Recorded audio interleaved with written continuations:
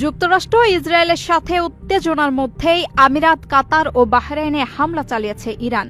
যুদ্ধের রেশ ছড়িয়ে পড়েছে পুরো মধ্যপ্রাচ্যে। বাহরাইনে অবস্থিত যুক্তরাষ্ট্রের নৌবাহিনীর পঞ্চম বহরের সদর দপ্তরকে লক্ষ্য করে সরাসরি মিসাইল হামলা চালানো হয়েছে বলে নিশ্চিত করেছে বাহরাইন কর্তৃপক্ষ। আল জাজিরার প্রতিবেদনে জানানো হয়েছে, কুয়েতেও বিকট বিস্ফোরণের শব্দ শোনা গেছে এবং সাধারণ মানুষকে সতর্ক করতে সেখানে জরুরি সাইরেন বাজানো হয়েছে। এছাড়া সংযুক্ত আরব আমিরাতের রাজধানী আবু ধাবিতেও বড় ধরনের বিস্ফোরণের ঘটনা ঘটেছে।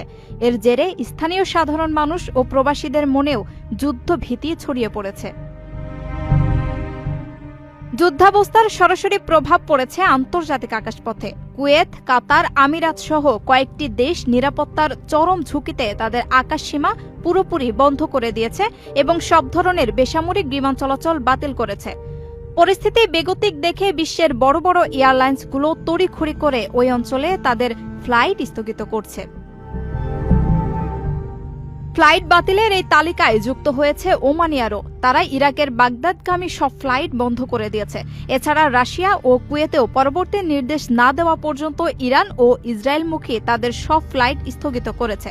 যে কোনো মুহূর্তে সংঘাত আরও বড় আকারে ছড়িয়ে পড়তে পারে এমন আশঙ্কায় দিন গুনছে উপসাগরীয় দেশগুলো। রমজানের প্রতিটি মুহূর্ত অমূল্য। লাইনে দাঁড়িয়ে ইবাদতের সময় নষ্ট করবেন কেন? ঘরে বসেই মুহূর্তে টাকা পাঠান প্রিয়জনের কাছে গালফ এক্সচেঞ্জ মোবাইল অ্যাপে। দ্রুত ও নিরাপদে টাকা পাঠান বিকাশ ও ব্যাংক অ্যাকাউন্টে। এই রমজানের সময় দিন ইবাদতে, টাকা পাঠান গালফ এক্সচেঞ্জ মোবাইল অ্যাপে। গালফ এক্সচেঞ্জ, বাংলাদেশিদের প্রিয় এক্সচেঞ্জ।